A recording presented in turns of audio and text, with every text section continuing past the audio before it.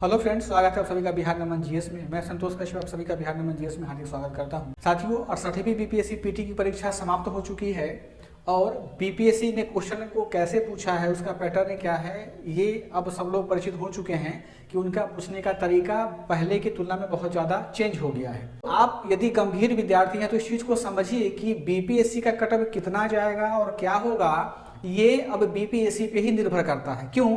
क्योंकि इस बार question PT के क्वेश्चन का पैटर्न काफ़ी चेंज था, पहले की तुलना में काफ़ी टफ भी कह सकते हैं। यदि 2 घंटे जो बच्चे पेपर दिए हैं, उस 2 घंटे की मनोदशा की स्थिति को ध्यान में रखते हुए पेपर आसान नहीं था। लेकिन जब पेपर 2 घंटे बाद यानी 2 बजे के बाद जब मार्केट में आ जाता है तब तो सबको आसान लगता है। ये कोई नहीं बता सकता है कि इसका कट ऑफ क्या जाएगा।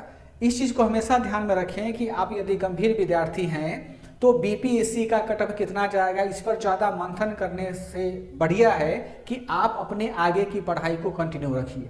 जैसे मान लेते हैं कि यदि आपने 68वीं का पीटी दिया होगा और आपके स्कोर ठीक ठाक आ रहे होंगे, यानी आपको अंदर से लग रहा होगा कि मेरा पीटी हो जाएगा, तो आप मेंस में लगिए। और यदि आपका मान के चलो कि लग रहा है कि मेरा रिजल्ट बहुत खराब होगा या मैं उतना मार्क्स नहीं गेन कर पा रहा हूँ या अगर कर पाई हूँ, तो आपको हतोत्साहित मत होइए, बल्कि आप इस चीज़ से सीखिए। आप अब ये मत सोचो कि हम पीटी की तैयारी करेंगे। यहाँ ध्यान रखिएगा कि सिविल सर्विसेज में हमारे बिहार में एक उल्टी दिशा बहती है। उल्टी दिशा क्या बहती है कि बच्चे पहले पीटी की तैयारी करते हैं, बाद में मेंस की तैयारी करते हैं। लेकिन सिविल सर्विसेज के मुख्य परीक्षा का जो डिमांड है या सिविल सर्विस की प्रारंभिक परीक्षा का जो डिमांड है, वह डिमांड तब फुलफिल होगा कि जब आप पहले मुख्य परीक्षा की तैयारी करें, उसके बाद आप पीटी की तैयारी करें। यहाँ ध्यान दीजिएगा, जैसे अगला 69th बीपीएससी, वो बीपीएससी हमारा 30 सितंबर 2023 को होगा।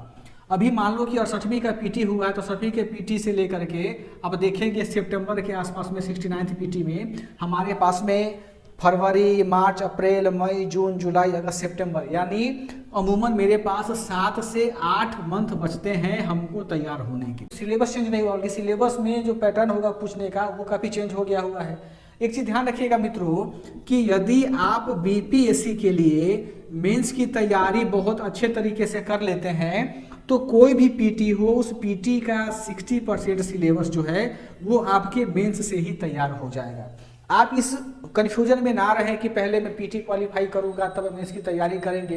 तो अब देखेंगे कि जब भी रिजल्ट पीटी का देगा बीपीएससी तो मेंस में केवल 1.5 से 2 महीने का ही समय आपको देगा मेंस लिखने में। तो यदि आपके पास दिव्य शक्ति है और दिव्य ज्ञान आपके पास में है कि मैं 1.5 महीने में मेंस की तैयारी कर सकता हूं, वो भी पेपर 1 का और पेपर 2 का और एस्से का, तब तो आप उसको फॉलो करें। यदि आपको लगता है कि नहीं हम उतने कम समय नहीं कर पाएंगे तो आप अभी से ही मेंस में लगे। जैसे देखो फरवरी, मार्च, अप्रैल, मई, जून, अब जून तक क्या करो, यानी 4-5 महीने का समय बचता है। आप केवल मेंस ही पढ़ो। मेंस में पढ़ना है, लिखना है, राइटिंग स्किल करना है, आंसर राइटिंग को चेक करवाना है, प्लस की एस्से की भी हमको तैयारी करनी है। जब जुलाई अगस्त बचेगा तो जुलाई अगस्त सितंबर 3 महीने में पीटी के लिए पढ़ाई कर लो। जब आप मेंस पढ़ेंगे आपके पास एनालिटिकल पावर डेवलप होगा तो आप पीटी के प्रश्नों को ऐसे ही हल कर देंगे, ज़्यादा कन्फ्यूजन आपको नहीं होगा। तो सबसे जरूरी क्या होता है कि आप मेंस की तैयारी अभी करें, पीटी का आप बाद में सोचेंगे। अब देखें कि मेंस की तैयारी करने से पहले, किसी भी लोक सेवा आयोग की मेंस की तैयारी हम करेंगे उससे पहले हम यह जानना बहुत जरूरी होता है मेंस का पाठ्यक्रम क्या होता है। तो हम पहले आज के इस वीडियो में 2 चीज़ जानेंगे। एक जानेंगे कि बीपीएससी के द्वारा मेंस का सिलेबस में क्या क्या परिवर्तन किया गया है, या सिलेबस यथावत है, पैटर्न में क्या क्या परिवर्तन किया गया है, और हम अपने मेंस की तैयारी कैसे करें, और सबसे लास्ट में कि उस मेंस के टॉपिक में, उस मेंस के सिलेबस में हमको कौन कौन से टॉपिक पढ़ने हैं। हिस्ट्री में कौन सा टॉपिक पढ़ेंगे, पॉलिटी में कौन सा टॉपिक पढ़ेंगे, आईआर में कौन सा टॉपिक पढ़ेंगे, सारे टॉपिक्स को एक एक पॉइंट में हम लोग देखेंगे। तो चलिए हम लोग देखते हैं मेंस का सिलेबस। यहाँ देखेंगे कि बीपीएससी मेंस के लिए, तो बीपीएससी मेंस का 2 रूपों में इसके सिलेबस को हम लोग डिफाइन करते हैं। सबसे पहला होगा यहाँ पे क्वालिफाइंग। यहाँ देखिए साथियों कि बीपीएससी जो मेंस का पेपर होगा, मेंस का सिलेबस है या पैटर्न है, उसको 2 रूप में होगा। पहला क्या होगा कि एक तो आपका क्वालिफाइंग पेपर होगा, दूसरा क्या होगा, मेन पेपर होगा। क्वालिफाई पेपर में क्या है कि क्वालिफाई पेपर में बीपीएससी आपसे 2 पेपर लेंगे।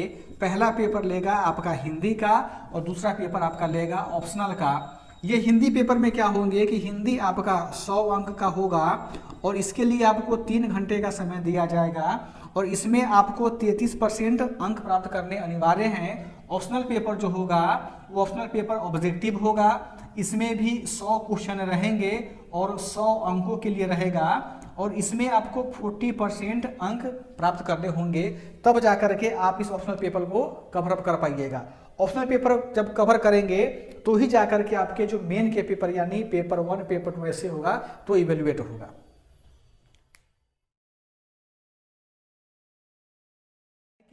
यदि इस ऑब्जेक्टिव पेपर को यदि यूजीसी नेट की तरह ट्विस्ट कर दिया तब जो है बच्चा क्या होगा, तो बच्चा मतलब समझो किसी पेपर में फेल हो जाएगा। यदि इस पेपर में आप फेल हो जाते हैं, उस पेपर में आप फेल हो जाते हैं, तो आपके जो मेन पेपर होंगे वो मेन पेपर का कैलकुलेशन नहीं किया, इवेल्युएशन नहीं किया जाएगा। इस चीज़ को ध्यान रखिएगा। तो कभी भी अपनी तैयारी के क्रम में इस ऑप्शनल पेपर को ईजी नहीं लेना कि चलो हो जाएगा हमारा।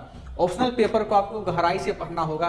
इसके लिए सबसे बेहतर तरीका क्या होता है कि आपका जो भी ऑप्शनल पेपर होता है वह क्या करना है, यूजीसी और नेट का जो क्वेश्चन बैंक होता है प्रीवियस ईयर का, आप उसको बना लीजिए, तो आपका लगभग 30% काम उसमें हो जाएगा, है ना। ये ध्यान रखिएगा कि आपको इसमें नेगेटिव मार्किंग नहीं दिया हुआ है, इसलिए थोड़ा सा ईजी है, लेकिन आपको इसको हल्के में नहीं लेना अपने ऑप्शनल पेपर को।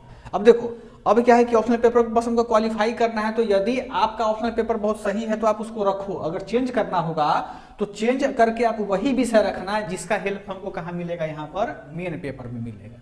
ठीक है। अब देखो मेन पेपर में क्या किया है नीरज बाबू, मेन पेपर में आयोग ने दो सेक्शन को इंक्लूड किया है, 2 सेक्शन को हम क्लासिफाई करके इजीली समझ सकते हैं। पहला क्या होता है, पहला जो हमारा सेक्शन है वह सेक्शन हमारा किसका कहलाता है पल्लवी, जनरल स्टडीज का, और सेकंड किसका कहलाता है, इससे का, जिसको कि अभी हाल ही में क्या किया गया है, इसको इंक्लूड किया गया है। जनरल स्टडीज पेपर में क्या होता है पल्लवी, यहाँ पे अब जनरल स्टडीज पेपर में क्या है कि हमको बीपीएससी 2 पेपर लेंगे, है ना, GS 1 का लेगा और GS 2 का लेगा, यानी 2 पेपर हमसे लिखवाएंगे। अब GS 1 जो होता है, यह GS 1 आपका होगा 300 मार्क्स का होता है और आपको 8 प्रश्न का जवाब देना होगा, है ना। फिर GS सेकेंड जो होता है यह भी हमारा 300 अंक का होता है और हमको क्या करना होता है, इसमें भी हमको 8 क्वेश्चन का जवाब क्या करना होगा, देना होगा। ठीक है। अब देखो GS 1 को क्या किया है, GS 1 को भी 3 सेक्शन में बांट दिया है। बीपीएससी क्या किया है, इसको भी 3 सेक्शन में बांट दिया है। कैसे बांटा है, ये हो गया हमारा नीचे दिख रहा है, ये हो गया हमारा सेक्शन 1, ये हो गया है सेक्शन 2 और ये हो गया हमारा सेक्शन 3। ठीक है। वैसे ही GS 2 को बांट दिया है, किसमें बांटा है, यह बांट दिया है हमारा सेक्शन 1 में, सेक्शन 2 में और सेक्शन 3 में बांट दिया है। अब इसमें क्या है कि इसमें थोड़ा सा ट्विस्ट क्या किया है बीपीएससी, आप देखेंगे कि जो क्या नाम है पेपर सेकेंड का जो सेक्शन 3 है इसी में ट्विस्टिंग किया है। बहुत सारा बच्चा यहाँ पर ध्यान नहीं दिया है, हम आपको डिस्कस करके बताते हैं कि यहाँ पर क्या ट्विस्ट किया हुआ है। ठीक है। और इससे को क्या कर, इससे को इंक्लूड कर दिया है। ये भी हमारा क्या किया है, ये भी हमारा 300 मार्क्स का होगा और इसमें भी क्या कर दिए हैं, इसमें भी उन्होंने 3 सेक्शन को क्लासिफाई कर दिया है, सेक्शन 1 का, सेक्शन 2 का और सेक्शन 3 का। आपका जो मेरिट बनेगा जब आप पीटी मेंस इंटरव्यू क्वालिफाई कीजिएगा, तो मेरिट जो बनेगा इसी मेन पेपर प्लस इंटरव्यू के आधार पर आपका क्या बनता है मनीष, मेरिट बनेगा।